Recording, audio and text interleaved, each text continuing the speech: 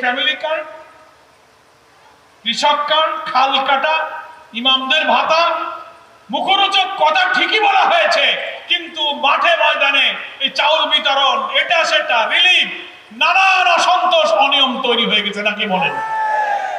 জ্বালানি সংকট, মধ্যপ্রাচ্যে যুদ্ধ, তেল নাই। আমাদের জ্বালানি মন্ত্রী, অন্য মন্ত্রী বলে না বাংলাদেশে জ্বালানির কোনো সংকট নাই, কিন্তু পেট্রোল পাম্পে লম্বা লম্বা গাড়ির লাইন কেন? কি বলেন, ঠিক কিনা? জ্বালানি সংকটের কারণে রেমিটেন্সের প্রবাহ কমে যাচ্ছে, দ্রব্যমূল্য বাড়ছে। জ্বালানির অভাবের কারণে শুকনা মৌসুমের সামনে বড় মৌসুম, এখন সেচ সংকট হচ্ছে।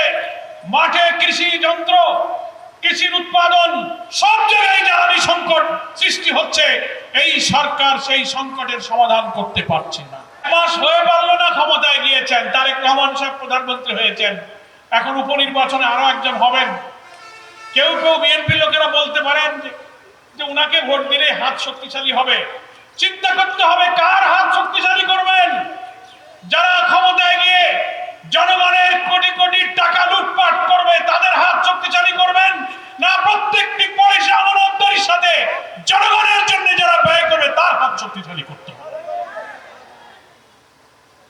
পার্লামেন্টে 1 মাস মাত্র শেষ হলো,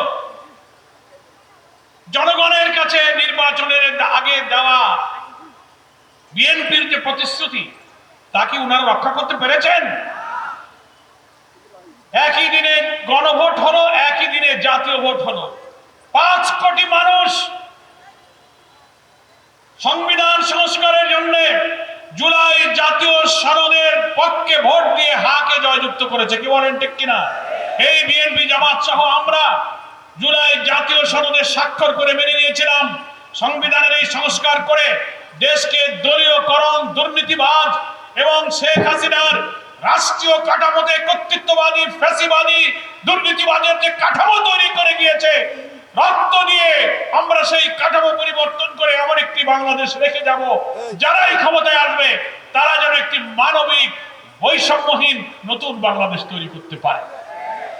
আরে বাবা, 1 মাস হয়ে পড়লো না, এখনো তো 5 বছর বাকি। ক্ষমতায় এসেই জাতির কাছে দেওয়া সবচেয়ে বড় প্রতিশ্রুতি ভঙ্গ করেছেন প্রধানমন্ত্রী। সেটা কি? 5 কোটি মানুষের ভোট হায় জয়যুক্ত করে জুলাই সনদ বাস্তবায়নের জন্য যে ভোটটা দিল, ওনারা সেই গণভোট বাতিল করার জন্য পার্লামেন্টে অর্ডিন্যান্স আনেছেন। যারা 5 কোটি মানুষের ইচ্ছাকে বাতিল করতে পারে তাদের হাতকে কি শক্তিশালী করা যাবে?